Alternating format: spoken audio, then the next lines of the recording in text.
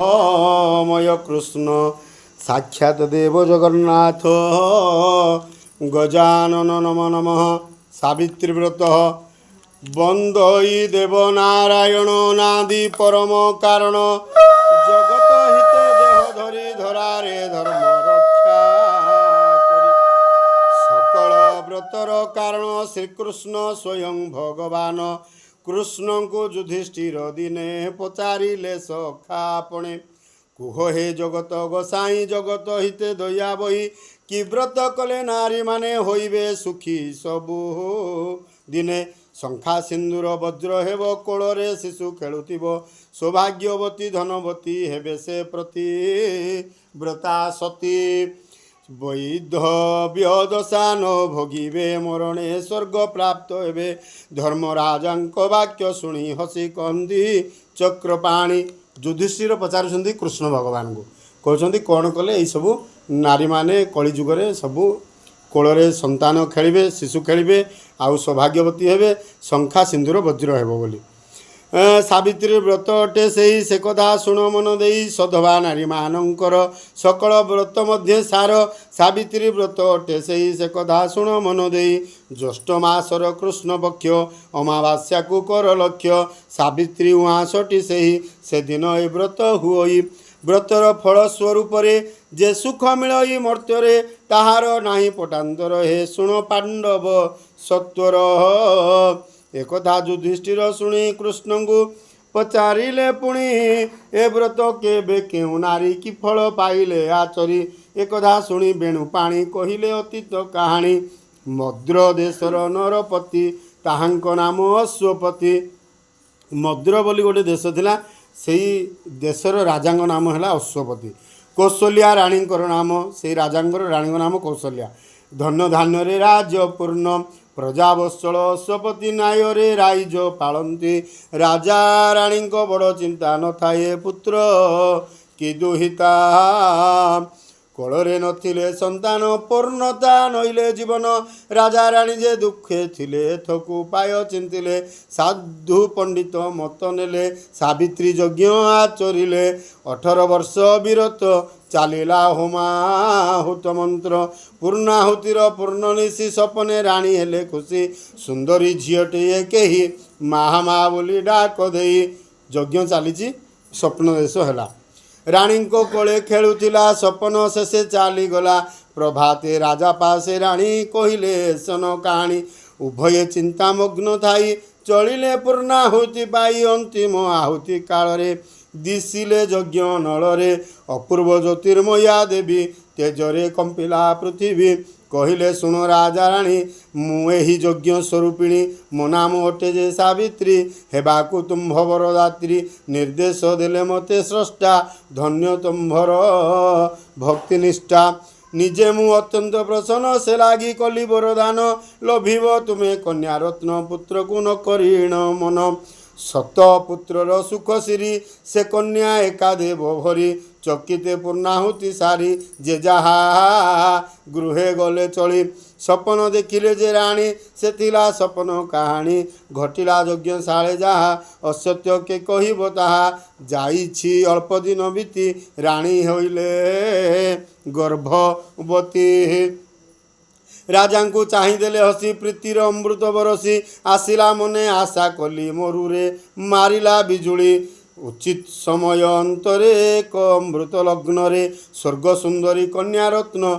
राणी को कोले नेला जन्म आ सावित्री यज्ञ पुण्य फले से कन्या जन्मिला कोले पिता माता जे पात्र मंत्री ता नाम रखिले सावित्री शुक्ल पक्षर शशि परी बढ़िला सावित्री कुमारी छुईला जेबे यौवन पिता माता जे चिंतामग्न निखोजी कन्या पाइबर डकाई देले स्वयंवर आसिले जेते युवराज बाहुड़ी गले पाइलाज सावित्रींकर तेज ज्योति मनरे तांको हेला भीति निजगु अयोग्य विचारी जे जहा बाटे गले फेरी स्वयंवर जे भांगी गला ए बड़ प्रमाद होइला उपाय न पारिले जानी चिंतारे थिले राज राणी दिने मांडव्य ऋषिवर प्रवेशी राजांगनर मांडव्य नाम जड़े ऋषि आसिले प्रवेश हेले कुशल वार्ता पचारिले सकल विषय शुणिले ଉପାୟ ଏକ ଭାବି ଚିନ୍ତି କହିଲେ ଶୁଣ ଅଶ୍ୱପତି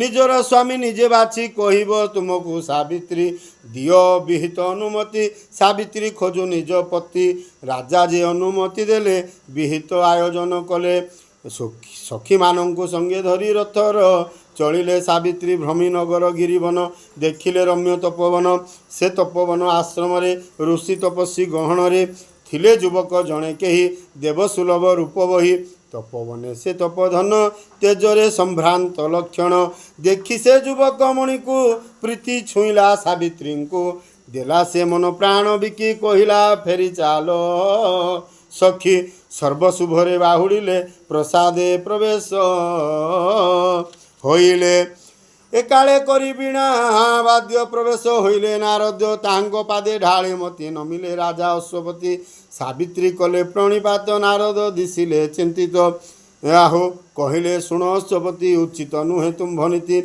ଏହି ଯେ ବିଧିର ବିଧାନ ଦେବାକୁ ଦେବ କନ୍ୟାଦାନ ତୁରନ୍ତ ଦାନ ମହାପୁଣ୍ୟ ହୁଏ ହେ ରାଜ ସାବଧାନ କହିଲେ ରାଜା ଯୋଡ଼ି ହାତ ମୁନିଙ୍କୁ ସକଳ ବୃତ୍ତାନ୍ତ ସାବିତ୍ରୀ ହୋଇଲ ଜାନତ ଜଣାଇ ଦେଲେ ନିଜ ମତ ନିମିଷ ମାତ୍ର ହୋଇ ସ୍ଥିର ବିବ୍ରତ ହେଲେ ମୁନିବର କହିଲେ ପତି ନାହିଁ ବରି ନିଜ ଦୁର୍ଭାଗ୍ୟ ଅଛୁ ବରି ଏବେ ବି ଅଛି ପ୍ରତିକାର ସେ କଥା ମନୁ କର ଦୂର ନହିଲେ ବରଷ ଅନ୍ତରେ ଯିବ ସେ ସ୍ୱାମୀ ଯମପୁରେ ନିଶ୍ଚୟ ବିଧବା ହୋଇବ ଏ ମୁନି ବାକ୍ୟ ସତ୍ୟ ହେବ ଶୁଣି ଚଳିଲେ ଅଶ୍ୱପତି ମୁନିଙ୍କୁ କରିଲେ ମିନତି ଫିଟାଇ କୁହ ହେ ମହର୍ଷି ତୁମ୍ଭେ ତ ତିନି କାଳଦର୍ଶୀ କିଏ ଯେ ଅଟେ ସେ ଯୁବକ କି ପ୍ରତିକାର ଜୀବ ଦୁଃଖ ନାରଦ କହିଲେ ବୁଝାଇ ଶୁଣ ହେ ରାଜା ମନ ଦେଇ ସାଲ୍ଲୋ ଦେଶର ରାଜା ସେଇ ଦ୍ୱିମତ ସେନ ନାମ ବହି ରାଣୀଙ୍କ ନାମ ମାଳବିକା କରମ ବାମ ଭାଗ୍ୟ ବଙ୍କା ସେ ରାଜା ଚକ୍ଷୁ ହରାଇଲେ ରାଜ୍ୟରୁ ବିତାଡ଼ିତ ହେଲେ ପୁତ୍ରର ନାମ ସତ୍ୟବାନ କେ ବୋଲି ପୁଣି ଚିତ୍ରସେନ ତାଙ୍କର ଦୁଇଟା ନାମ ଥିଲା ସତ୍ୟବାନ ଆଉ ଚିତ୍ରସେନ ସର୍ବଲକ୍ଷଣେ ସୁପୁରୁଷ ମାତ୍ର ଯେ ତାର ଅଳ୍ପାୟୁଷ ଆଜିଠୁ ମାତ୍ର 1 ବର୍ଷ ରହିଛି ତାହାର ଆୟୁଷ ଯେବେ ଯିବ ପୁରୀ କି ହେବ ପ୍ରତିକାର କରି ଶୁଣ ହେ ରାଜା ଅଶ୍ୱପତି ତାହାକୁ ବରିଛି ସାବିତ୍ରୀ ରାଜାଙ୍କ ମଥା ଗଲା ଘୁରି ଝିଅକୁ କହିଲେ ସେ ଧରି ଜାଣୁ ଜାଣୁ ତ ମୁଁ ତ ସିନ୍ଦୁର ସିଦ୍ଧାନ୍ତ କର ଅନ୍ୟବର ଏଥକୁ କର ପ୍ରତିକାର ସିଦ୍ଧାନ୍ତ କର ଅନ୍ୟବର ନାରଦ ମୁନିଙ୍କୁ ସାବିତ୍ରୀ କହିଲେ ଶୁଣ ମୋ ନିଷ୍ପତ୍ତି ମନରେ ଯାହାକୁ ବରିଛି ତାକୁ ମୁଁ ସ୍ୱାମୀ ବିଚାରିଛି ମାତ୍ରକ ଅଛି ଲୋକାଚାର ମୁଁ ହେବି କନ୍ୟା ସିଏ ବର ଅନ୍ୟ ପୁରୁଷେ ମନ ଦେଲେ ଦୋଚାରୁଣୀ ମୁଁ ହେବି ଭୋଲେ ବିଧବା ପଛେ ହେବି ମୁହିଁ ଅସଧୀ ହେବି କେବେ ହେବି ନାହିଁ ସାବିତ୍ରୀ ବାକ୍ୟ ଶୁଣି ଯତି ହୋଇଲେ ଆନନ୍ଦିତ ଅତି କହିଲେ ହୁଅ ମହାସତୀ ଜଗତେ ରହୁ ସତୀ ଖ୍ୟାତି ଶୁଣ ହେ ରାଜା ଅଶ୍ୱପତି ଅନ୍ନରେ ନବାମତି ସାବିତ୍ରୀ ସଙ୍ଗେ ସତ୍ୟବାନ କର ବିବାହ ଆୟୋଜନ ସର୍ବକୁଶଳେ ଥାଅ ରହି ନାରଦ ଗଲେ ଦୂର ହୋଇ ଶୁଭ ଲଗ୍ନରେ ଆନନ୍ଦରେ ସତ୍ୟବାନଙ୍କ ସଙ୍ଗତରେ ସାବିତ୍ରୀଙ୍କର ହସ୍ତଗଣ୍ଠି ପଡ଼ିଲା ଧର୍ମ ସାକ୍ଷୀ ରଖି ବିତାଇ ତହିଁ କେତେ ଦିନ ସାବିତ୍ରୀ ସଙ୍ଗେ ସତ୍ୟବାନ ଗୁରୁଜନଙ୍କୁ ପ୍ରଣମିଲେ ବନପଥରେ ଚଳିଗଲେ ଶାଶୁ ଶ୍ୱଶୁର ସେବା କରି ସ୍ୱାମୀ ସଙ୍ଗଦେ ସୁକୁମାରୀ ଆନନ୍ଦେ ଦିନ ବିତାଇଲେ ସ୍ନେହ ପ୍ରେମରେ ବୁଡ଼ିଗଲେ ଏମିତି କିଛି ଦିନ ଗଲା ଶେଷ ସମୟ ଆସି ହେଲା ନାରଦ ଯାହା କହିଗଲେ ସାବିତ୍ରୀ ମନେ ରଖିଥିଲେ ରହିଲା ଆଉ 4 ଦିନ ମୃତ୍ୟୁଲୋଭିବେ ସତ୍ୟବାନ ସତୀ ନାରୀର ପ୍ରଭୁ ସାହା ବିପଦେ ବନ୍ଧୁ ଚଉବାହା ସୂର୍ଯ୍ୟ ଚନ୍ଦ୍ରମା ନବଗ୍ରହ ମାଗନ୍ତି ଯାର ଅନୁଗ୍ରହ ସେ ପ୍ରଭୁ ଜୀବର ରକ୍ଷକ ଜନ୍ମ ମରଣ ନିୟନ୍ତ୍ରକ ଚିତେ ସାବିତ୍ରୀ କରି ଧ୍ୟାନ ପୂଜିଲେ ଲକ୍ଷ୍ମୀ ନାରାୟଣ ବଣରୁ ଫଳମୂଳ ଆଣି ସାବିତ୍ରୀ ଛଡ଼ାଇଲେ ପାଣି ଦେଲେ ସେ ବ୍ରାହ୍ମଣ ଭୋଜନ ଦାନ ଦକ୍ଷିଣା ବିଧିମାନ ସପରିବାରେ ଭଞ୍ଜାଇଲେ ନିଜେ ସେ ଉପବାସ କଲେ ତୁଣ୍ଡେ ଉଚ୍ଚାରି ପ୍ରଭୁ ନାମ ଦେଲେ ବିତାଇ 3 ଦିନ ହୋଇଲା ଜ୍ୟେଷ୍ଠ ଅମାବାସ୍ୟା ସାବିତ୍ରୀ ମୁଖେ ନାହିଁ ଭାଷା କୁଠାର ହସ୍ତେ ସତ୍ୟବାନ କହିଲେ ବନେ ଯିବି ଜାଣ କୁରାହାଡ଼ି ଧରି ବାହାରିଲେ ସତ୍ୟବାନ ସଂଗ୍ରହ କଲେ କାଠ ବାହାର ଚଳିବ ସିନା ଏ ସଂସାର କହିଲେ ସାବିତ୍ରୀ ବୁଝାଇ ଏକାକୀ ଆଜି ଯାଅ ନାହିଁ ଆଦେଶ କର ଏ ଦାସୀରେ ଯିବାକୁ ତୁମ ସଙ୍ଗଦରେ। ହସି କହିଲେ ଏ ସତ୍ୟବାନ ବଡ଼ ଦୁର୍ଗମ ଘର ବନ ଉପାସେ ତୁମେ ଅଛ ରହି ଯିବାକୁ ତୁମ ଶକ୍ତି ନାହିଁ।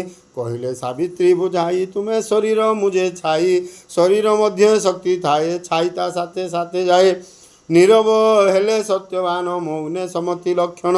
ଶାଶୁ ଶ୍ୱଶୁର ଆଜ୍ଞା ନେଇ ସାବିତ୍ରୀ ଗଲେ ସାଥୀ ହୋଇ ଘର ବନରେ ସତ୍ୟବାନ କରିଲେ ବୃକ୍ଷ ଆରୋହଣ। କାଠ ହାଣିବା ସରି ନାହିଁ ଆସିଲେ ବୃକ୍ଷରୁ ଓହ୍ଲାଇ କହିଲେ ଶୁଣ ପ୍ରାଣ ସହି ମଥା ମୋ ଦେଉଛି ଘୁରାଇ। ଦିଶୁଛି ସବୁ ଅନ୍ଧକାର ଚାଲିବା ଶକ୍ତି ନାହିଁ ମୋର। ଶୁଣି ସାବିତ୍ରୀ ହେଲେ ବ୍ୟସ୍ତ ଭୂମିରେ ପାରିଲେ ପଣତ। ସ୍ୱାମୀଙ୍କ ମଥା କୋଳେ ରଖି ବସି ନିମିଷେ ଗଲେ ଶଙ୍କି। ସହଜେ ଘର ବନ ସେହି ସାହା ଭରସା ନାହିଁ କେହି। ହେବ କି ମୁନି ବାକ୍ୟ ସତ ହେବ କି ଶୂନ୍ୟ ଏ ସୀମନ୍ତ। ଏକାଳେ ଶୁଣି ସତ୍ୟବାନ ନୀରବେ ମୁଦିଲେ ନୟନ। ଡାକିଲେ ନଦେଲେ ଉତ୍ତର ନାହିଁ ଲକ୍ଷଣ ଜୀବନର। ସାବିତ୍ରୀ କରିଲେ ରୋଦନ କମ୍ପିଲା ବୀଜ ନ କାନନ। ସ୍ୱାମୀଙ୍କ ଗୁଣ ନ ବାହୁନି ଡାକିଲେ ରକ୍ଷ ଚକ୍ରପାଣି। ଏକାଳେ ଦେବମୂର୍ତ୍ତିଟିଏ ହୋଇଲେ ଉଭା ଛାୟା ପ୍ରାୟ। ଚକିତେ ସାବିତ୍ରୀ ଚାହିଁଲେ କିଏ ସେ ବୋଲି ପଚାରିଲେ। କହିଲେ ଜ୍ୟୋତିର୍ମୟ ମୂର୍ତ୍ତି ମୁଁ ଅଟେ ନିଜେ ଜନ୍ତୁପତି। ଯମ ମୁଁ ମୃତ୍ୟୁର ଦେବତା ଅସହ୍ୟ ମୋର ନିଷ୍ଠୁରତା। ପଠାଇ ମୋର ଦୂତଗଣ ନିଏ ମୁଁ ତାକୁ ତତ୍କ୍ଷଣ। ଯେହେତୁ ତୁମେ ମହାସତୀ କୋଳେ ଧରିଛ ମୃତପତି। ତୁମକୁ ଡରି ଦୂତ ମୋର ବାହୁଡ଼ି ଗଲେ ମୋର ପୁର। ସତ୍ୟବାନର ପ୍ରାଣ ପାଇଁ ଆସିଛି ଏବେ ନିଜେ ମୁହିଁ। ଆୟୁଷ ତାର ହେଲା ଶେଷ ନେବାରେ ମୋର ନାହିଁ ଦୋଷ। ସ୍ୱାମୀ ସାବିତ୍ରୀ କରିଲେ ମିନତି ଦୟାକର ହେ ଜନ୍ତୁପତି। ସ୍ୱାମୀଙ୍କ ପ୍ରାଣ ଗଲେ ନେଇ ବଞ୍ଚିବି କାହା ମୁଖ ଚାହିଁ। ଯମ କହିଲେ ଶୁଣ ସତୀ ଜନ୍ମ ଥିଲେ ତ ମୃତ୍ୟୁ ଅଛି। ସହଜେ ମୃତ୍ୟୁ ଦେବ ମୁହିଁ ଦୟାର ମାନେ ନ ଜାଣଇ। ସତ୍ୟବାନଙ୍କ ପ୍ରାଣ ନେଇ ଗଲେ ଯେ ଯମ ଦୂର ହୋଇ।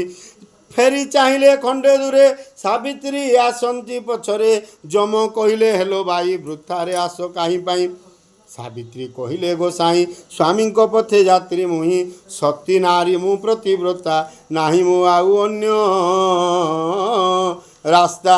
ତୁମେ ତ ନିଜେ ଧର୍ମରାଜ ଏତିକି କଥା ମନେ ହେଜ। ଯମ କହିଲେ ଶୁଣ ସତୀ ସନ୍ତୁଷ୍ଟ ହେଲି ତୁମ ପ୍ରତି। ସତ୍ୟବାନର ପ୍ରାଣ ବିନା ଯେ ବର ମାଗ ହେବ ଘେନା। ସାବିତ୍ରୀ ମାଗି ନେଲେ ବର ଅନ୍ଧ ଅଟନ୍ତି ମୋ ଶ୍ୱଶୁର। ଲଭନ୍ତୁ ଦୃଷ୍ଟି ଶକ୍ତି ସେହି ମାଗୁଛି ଏହି ବର ମୁହିଁ। ତଥାସ୍ତୁ କହି ଯମ ଧୀରେ ଚଳିଲେ ମହିଷୀ ପିଠିରେ। ଦେଖିଲେ କିଛି ବାଟ ଯାଇ ସାବିତ୍ରୀ ପିଛା ଛାଡ଼ୁନାହିଁ। କହିଲେ ଯମ ଦେଲି ବର ପୁଣି କି ପାଇଁ ପିଛା କର।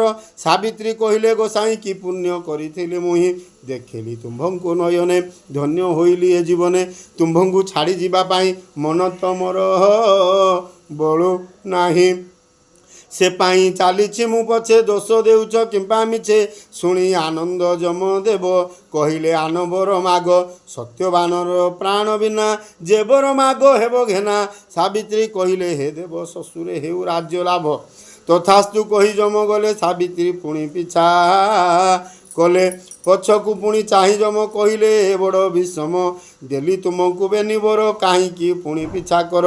ବିନୟେ କହିଲେ ସାବିତ୍ରୀ ତୁମେ ଯେ ନ୍ୟାୟବନ୍ତୀ। ନ୍ୟାୟ ତ ଦେଲେ ନାହିଁ ମୋତେ ତୁମକୁ ଛାଡ଼ିବି କେମନ୍ତେ। ଶ୍ୱଶୁର ସିନା ହେବେ ସୁଖୀ ପିତା ଯେ ମୋର ବଡ଼ ଦୁଃଖୀ। ଦୁହିତା ଦୁଇ କୂଳେ ହିତା ଯେ ପାଇଁ ମୋର ବଡ଼ ଚିନ୍ତା। ତାଙ୍କ ଔରସୁ ଶତପୁତ୍ର ଜନ୍ମ ରଖନ୍ତୁ ବଂଶର ଗୋତ୍ର। ମାଗୁଛି ଏହି ବର ମୁହିଁ ବଚାର ବିଚାର ନ୍ୟାୟ ଧର୍ମ ଚାହିଁ। ଏହିପରି ହେଉଛି ମାନେ ଗୋଟେ ଦୁହିତା ଯଦି ଜନ୍ମ ହେଇଥିବ ପରିବାରରେ ସେ ସାତ ପୁରୁଷଙ୍କୁ ଉଦ୍ଧାରି ଦେବ ମା। ଦେଖନ୍ତୁ ନିଜ ସ୍ୱାମୀ ଶ୍ୱଶୁରଙ୍କ କଥା କହୁଛି ବର ମାଗି ସାରିଲେଣି ଯମରାଜଙ୍କୁ। ପୁଣି ନିଜ ବାପା ମାଆଙ୍କର କଥା ପୁଣି କହିଲେଣି। ଗୋଟେ ବୋଲି ଝିଅ ତାଙ୍କର କେମିତି ବଂଶ ବଢ଼ିବ ସେଇ ବର ବି ଯମରାଜାଙ୍କୁ ମାଗି ସାରିଲେଣି। ପିତା ଶ୍ୱଶୁର ଦୁହେଁ ଏକା ମାଗୁଛି ତେଣୁ ଏହି ଭିକ୍ଷା। ପିତା ଯିଏ ଶ୍ୱଶୁର ସିଏ ଏହି ଭିକ୍ଷା ମୁଁ ମାଗୁଛି। ତଥାସ୍ତୁ କହି ଯମ ଗଲେ ସାବିତ୍ରୀ ନ ଛାଡ଼ନ୍ତି ଭଲେ। ପୁଣି ଛାଡ଼ିଲେ ପଛେ ଚାଲିଲେ ପଛେ ପଛେ ଛାୟା ଯେମିତି କାୟା ପଛେ। ପଛକୁ ଚାହିଁ ଯମରାଜା କହିଲେ ଏବେ ଯା ଫେରି ଯା। ସତୀତ୍ୱ ବଳେ ଏତେ ପଥ ଆସିଲ ତୁମ୍ଭେ ଏହା ସତ୍ୟ। ଏପାରି ଶେଷ ସୀମା ଏହି ତୁମ୍ଭେ ତ ହେଲ ନର ଦେଇ। ସେପାରି ସୀମା ଛୁଇଁବାକୁ କେହି ଯେ ନ ଦେବ ତୁମକୁ। ଏଠାରୁ ହେବି ଅନ୍ତର୍ଧ୍ୟାନ ସେପାରି ଅଟେ ମହାଶୂନ୍ୟ। ପାଇନାହିଁ ଆଉ ମୋତେ ସେ ଫେରିଯା ସତୀ ନିଜ ପଥେ। ସାବିତ୍ରୀ କହିଲେ ଠାକୁରେ କି ଲାଭ ଏହି ଜୀବନରେ। ବୁଝେନା ଏପାରି ସେପାରି କାହିଁକି ଅବା ଯିବି ଫେରି। ସୂର୍ଯ୍ୟଙ୍କ ପୁତ୍ର ତୁମେ ନିଜେ ଦିଅ ହେ ଜାଣି ତୁମ୍ଭ ତେଜେ। ନହେଲେ ହୋଇବ ପ୍ରଘଟ ଆଣିଲ ତୁମ୍ଭେ ଏତେ ବାଟ। ଗୋଟିକୁ ଗୋଟି ବର ଦେଇ ମାୟାରେ ଆଣିଲେ କଢ଼ାଇ। ଅବଳା ପ୍ରତି ଅବିଚାର ନୁହେଁ ତ ଉଚିତ ବ୍ୟବହାର। ଶୁଣି ବିଚାର କଲେ ଯମ ଏକଥା ହେଲାଣି ବିଷମ। କହିଲେ ଶୁଣ ନାରୀବର ଚତୁର୍ଥ ବର ମାଗିପାର। ସତ୍ୟବାନର ପ୍ରାଣ ବିନା ଯାହା ମାଗିବ ହେବ ଘେନା। ଆଉ ମୁଁ କିଛି ନ ଶୁଣିବି ତୁରନ୍ତ ମାଗ ଚାଲିଯିବି। ଯମ ଯେ ହେଲେ ତରବର ସାବିତ୍ରୀ ମାଗିଦେଲେ ବର। ସ୍ୱାମୀଙ୍କ ରୋଷରୁ ମୋର ହୁଅନ୍ତୁ 100ଟି କୁମର। ଡାଇରେକ୍ଟ ଗୋଟେ ଇନଡାଇରେକ୍ଟ ଅଛି ମା ଧରା ପଡ଼ିଯିବ କଥା ନା। ଯମ କହୁଛନ୍ତି ତମେ ତୁମ ସ୍ୱାମୀଙ୍କର ଜୀବନ ମୁଁ ଦେଇପାରିବି ନାହିଁ କିନ୍ତୁ ଅନ୍ୟ ବର ମୁଁ ଦେଇଦେବି। ଠିକ୍ ଅଛି ବୁଦ୍ଧି ଖଟେଇବାକୁ ପଡ଼ିବ। ହଁ ହୁଅନ୍ତୁ 100ଟି କୁମର। ତଥାସ୍ତୁ ବୋଲି ଯମ କହି ଚାଲିଲେ ଆଗକୁ ମୁହାଁଇ। ପଛରେ ଧାଇଁଲେ ସାବିତ୍ରୀ ଚକିତ ହେଲେ ଯମ ଦେଖି। କ୍ରୋଧରେ କହିଲେ ବଚନ ସରିଛି ମୋର ବରଦାନ। ବୃଥାରେ ଆସ କାହିଁ ପାଇଁ ମୋଠାରେ ପ୍ରୟୋଜନ ନାହିଁ। କହୁଛି ଶେଷ କଥା ମୋର ତୁରନ୍ତ ଫେରିଯାଅ ଘର। ମୋ କଥା କରିଲେ ଅମାନ୍ୟ ଭୋଗିବ ତାର ପରିଣାମ ବିନୟ। ସାବିତ୍ରୀ କହିଲେ ମୋ କଥା ଶୁଣ ଟିକେ ଭଲେ। ତୁମେ ଯେ ସଂଯମୀ ପୁରୁଷ ଶୋଭେନା ତୁମ୍ଭଠାରେ ରୋଷ। ନିଜ ବଚନେ ନିଜେ ଭୁଲି କହୁଛ ଯିବା ପାଇଁ ଚାଲି। ସତ୍ୟ ହାରିବ ତୁମ୍ଭେ ଯେବେ କି ଯଶ ଅରଜିବ ତେବେ। ସ୍ୱାମୀଙ୍କ ଅରସରୁ ମୋର ଜନ୍ମ ନେବ 100 କୁମର। ଏବର ତୁମେ ତ ଦେଇଛ ସ୍ୱାମୀଙ୍କ ପ୍ରାଣ ନେଉଅଛ। ମୁଁ ଯେ ଅଟଇ ସତୀ ନାରୀ ସମ୍ଭବ ହୋଇବ କିପରି। ବରିବି କିବା ନପତି ଉତ୍ତର ଦିଅ ଜନ୍ତୁପତି। ଯମ ଯେ ହୋଇଲେ ଚକିତ କେମିତି ହାରିବି ଯେ ସତ୍ୟ। ସେହି ସତ୍ୟରୁ ରକ୍ଷା ପାଇ ଯମ ଯେ ନିରୁପାୟ ହୋଇ କହିଲେ ସାବିତ୍ରୀକୁ ଚାହିଁ ତୁମର ଜୟ ଅଛି ହୋଇ। ତୁମର ସତୀତ୍ୱ ବଳରେ ଜିତିଲ ଏ ମହି ସ୍ଥଳରେ। ବିଷ୍ଣୁ ଯେମିତି ମାୟା ବଳେ ମୋହିତ କରନ୍ତି ସକଳେ। ସେମିତି ସତୀତ୍ୱ ମାୟାରେ ମୋହିତ ହେଲି ତୁମ୍ଭଠାରେ। ପରୋକ୍ଷ ସତ୍ୟବାନ ପ୍ରାଣ ତୁମେ ତ ମାଗିନେଲ ଜାଣ। ମୁଁ ଯେ ନିଷ୍ଠୁର କାଳ ଯମ ଲଙ୍ଘିଲା ବିଧିର ନିୟମ। ତୁମ୍ଭର ସତୀତ୍ୱକୁ ଧନ୍ୟ ହେଲି ମୁଁ ଅତ୍ୟନ୍ତ ପ୍ରସନ୍ନ। ଖୋଲିଲି ଚର୍ମ ପାଶ ମୋର ଦୀର୍ଘାୟୁ ବୋଲି ଦେଲି ବର। ନିଦ୍ରାରୁ ଯେମିତି ଉଠନ୍ତି ବସି ଉଠିବେ ତୁମ୍ଭପତି। ସତ୍ୟବାନଙ୍କ ମୋର ଦେହେ ପ୍ରାଣ ଭରିବ ପୁନରାଏ। ସେ ସ୍ଥାନେ ଯାଅ ବେଗେ ଚଳି ସ୍ୱାମୀଙ୍କୁ ନିଅ କୋଳେ ତୋଳି। ସତୀପତ୍ନୀର ପରଶରେ ରୋପିବି ପ୍ରାଣ ଶରୀରରେ। ତୁମ ମୋର କାହାଣୀ ଯୁଗ ଯୁଗକୁ ଥିବ ପୁଣି। ସତୀତ ପ୍ରତିବ୍ରତା ଶକ୍ତି ମୃତ୍ୟୁକୁ ଗଲା ଆଜି ବିତି। ଯମ ଯେ ହେଲେ ଅନ୍ତର୍ଧ୍ୟାନ ସାବିତ୍ରୀ କରିଲେ ପ୍ରଣାମ। ଫେରିଲେ ମୃତ ସ୍ୱାମୀ ପାଶେ କୋଳକୁ ଆଣିଲେ ସନ୍ତୋଷେ। ସତେ କି କାଉଁରୀ ପରସେ ଜହ୍ନକି ଉଠିଲା ଆଉ ଆସେ। ସତେ କି ନିଦରୁ ଉଠିଲେ କହିଲେ ସ୍ୱପ୍ନ ଦେଖୁଥିଲେ। ସେମିତି ଉଠି ସତ୍ୟବାନ ନିରେଖି ସାବିତ୍ରୀ ବଦନ। କହିଲେ ଏତେବେଳେ ମୁଁ ହିଁ ଶୋଇ ରହିଲି କାହିଁ ପାଇଁ। ନ ପାଇ ଆମର ବାରତା କି କରୁଥିବେ ପିତାମାତା। ଆମ୍ଭର ପଥେ ସୁକୁମାରୀ ଆସ ମୋ ବାମ କର ଧରି। ଏବନ ମୋର ପରିଚିତ ପଥେ ଯେ ହେବ ଅନୁମତ। ସାବିତ୍ରୀ କହିଲେ ହେ ନାଥ ଆଜି ମୋ ପଥ ଅଲୋକିତ। ତୁମେ ମୋ ସୀମନ୍ତରେ ଜହ୍ନ ଚାନ୍ଦିନୀ ତୁମେ ମନ ବନ। ଏବନେ ନାହିଁ ତେଣୁ ଭୟ ମୋ ପାଇଁ ନ ହୁଅ ଅଥୟ। ତୁମ୍ଭକୁ ପାଇଛି ମୁଁ ଫେରି ଆଉ କାହାକୁ ଯିବି ଡରି। ସେବନ ପଥରେ ଦମ୍ପତି ଚଳିଲେ ଆନନ୍ଦରେ ଅତି। ପ୍ରବେଶ ହେଲେ ଆଶ୍ରମରେ ଆଶ୍ରମେ ଆନନ୍ଦ ଯେ ଘରେ ଝରେ। ରାଜ୍ୟ ପ୍ରାପ୍ତିକୁ ଚକ୍ଷୁ ପ୍ରାପ୍ତି ଦ୍ୟୁମୁତ ସେନ ତୋଷତି। ପ୍ରବେଶ ହେଲେ ଆଶ୍ରମରେ ଆଶ୍ରମେ ଆନନ୍ଦ ଯେ ଝରେ। ରାଜ୍ୟ ପ୍ରାପ୍ତିକୁ ଚକ୍ଷୁ ପ୍ରାପ୍ତି ଦ୍ୟୁମୁତ ସେନ ତୋଷତି। ପୁଅ ବୋହୂଙ୍କୁ ଦେଖି ପାରି ଆନନ୍ଦେ ଲୁହ ଗଲା ଝରି। ଆଶ୍ରମବାସୀ ଗଲେ ଘେରି ବୁଝିଲେ ସମସ୍ତେ ପଚାରି। ସାବିତ୍ରୀ କହିଲେ ବୁଝାଇ ଯମଙ୍କ ବରଦାନ ଏହି। କହିଲେ ସକଳ ବୃତ୍ତାନ୍ତ ସଭିଏଁ ହୋଇଲେ ଚକିତ। ଧନ୍ୟ ସାବିତ୍ରୀ ଧନ୍ୟ ବୋଲି ଆଶ୍ରମ ଉଠିଲା ଉଛୁଳି। ତହୁଁ ରାଜ୍ୟକୁ ଫେରିଗଲେ ଦୁଇ ମୁହୂର୍ତ୍ତ ସେନ ରାଜା ହେଲେ ଯୁବରାଜ ଯେ ସତ୍ୟବାନ କିଣିଲେ ପ୍ରଜାକୁଳ ମନ ରାଜ୍ୟବାସୀ ହେଲେ ଗୁଣି ସାବିତ୍ରୀ ଅମର କାହାଣୀ ଏମିତି କିଛି ଦିନ ଗଲା ଜ୍ୟେଷ୍ଠ ମାସର ଅମା ହେଲା ସୁମୁରି ଲକ୍ଷ୍ମୀ ନାରାୟଣ ସାବିତ୍ରୀ କରିଲେ ବିଧାନ ପ୍ରଭାତ ସ୍ନାନ ସାରିଲେ ଘର ଗଣା ଶୌଚ କଲେ ନଡ଼ିଆ କଦଳୀ ଖଜୁରୀ ଆମ୍ବ ପଣସ ଡାଲା ଭରି ବିଭିନ୍ନ ପ୍ରକାର ଫଳରେ ଭୋଗ ବାଢ଼ିଲେ ଭକ୍ତି ଭରେ ଦୁବରେ ବର କୋଳିପତ୍ର ରଚିଲେ ସାତ କେରି ମାତ୍ର ହଳଦୀ ରଙ୍ଗେ ନବସୂତା ସାତ କ୍ଷୀରରେ କଲେ ଗୁନ୍ଥା ଭିଡ଼ିଲେ ଗଣ୍ଠି ସାତ ଗୋଟି ଲକ୍ଷ୍ମୀ ନାରାୟଣ ସମର୍ପି ଦକ୍ଷିଣ ବାହୁରେ ବାନ୍ଧିଲେ ଅଭୟ ବାହୁଟିରେ ତୁଲେ ଶଙ୍ଖା ସିନ୍ଦୁର ନୂଆ ଶାଢ଼ୀ ବିପ୍ରେ ଗାୟତ୍ରୀ ମନ୍ତ୍ର ପଢ଼ି ଦେଲେ ଯେ ତାହା ମନ୍ତୁରାଇ ସାବିତ୍ରୀ ଅଙ୍ଗେ ଶୋଭା ପାଇ ସ୍ୱାମୀ ସମେତ ଗୁରୁଜନେ ପ୍ରଣାମ କରି ସୁଧମନେ ସଭିଙ୍କୁ ପ୍ରସାଦ ବାଣ୍ଟିଲେ ସୂଚୀରେ ଫଳ ହାରିଲେ ଏ ବ୍ରତ ଆଚରେ ଯେ ସତୀ ହୋଇଲେ ଶତପୁତ୍ରବତୀ ଲଭିଲେ ଅଷ୍ଟ ଐଶ୍ୱର୍ଯ୍ୟ ଜୀବନ କଲେ ଉପଭୋଗ ବାହୁଡ଼ି ଶଙ୍ଖା ସିନ୍ଦୁରରେ ବାସ ଲୋଭିଲେ ସ୍ୱର୍ଗପୁରେ ସୋଧବା ନାରୀ କେହି ତେବେ ଏ ବ୍ରତ ଆରମ୍ଭିଲେ ଯେବେ ସାବିତ୍ରୀ ପରି ଭାଗ୍ୟବତୀ ହୋଇ ସେ ଲୋଭିବେ ସୁଖ୍ୟାତି କୃଷ୍ଣଙ୍କ ମୁଖୁ ଏହା ଶୁଣି ଯୁଧିଷ୍ଠିର ଯେ ଯୋଡ଼ି ପାଣି ଭକ୍ତିରେ କଲେ ପ୍ରଣିପାତ ସଂସାର ଖ୍ୟାତ ହେଲା ବ୍ରତ ସାବିତ୍ରୀ କଥା ବ୍ରତ ଏହି ସର୍ବେ ଶୁଣିବେ ମନ ଦେଇ ସୁମିରି ଲକ୍ଷ୍ମୀ ନାରାୟଣ ହୁଳହୁଳି ଯେ ଦେବ ଜାଣ ସାବିତ୍ରୀ କଥା ବ୍ରତ ଏହି ସର୍ବେ ଶୁଣିବେ ମନ ଦେଇ ସୁମୁରି ଲକ୍ଷ୍ମୀ ନାରାୟଣ ହୁଳହୁଳି ଯେ ଦେବ ଜାଣ ସାବିତ୍ରୀ ବ୍ରତ କଥା ଶେଷ ପଠନେ ଶ୍ରବଣେ ସନ୍ତୋଷ ଚିତ୍ତ ନିବେଶୀ ବିଷ୍ଣୁ ପାଦେ ବୁଧିଆ କହେ ଗୀତ ଚନ୍ଦେ ଭୀମେଶ୍ୟାପି ରଣେ ଭଙ୍ଗ ମନରେ ବିମତି ଭ୍ରମ ଯଦି ସୁଧମାମ ସୁଧ ମମ ଦୋଷଣେ ବିଦ୍ୟତେ ପ୍ରଭୁ ସମସ୍ତ ଭକ୍ତମାନଙ୍କର ଲକ୍ଷ୍ମୀ ନାରାୟଣୀ ମନସ୍କାମନା ପୂର୍ଣ୍ଣ କର ଲକ୍ଷ୍ମୀ ନାରାୟଣ ସଦା ମଙ୍ଗଳ କର ଚଳାପଥ କୁସୁମିତ କର ପରିବାରରେ ସର୍ବ ସୁଖ ଐଶ୍ୱର୍ଯ୍ୟ ଭୋଗ ପ୍ରଦାନ କର ମହାପ୍ରଭୁ हे चतुर्वर्ग फलदाता।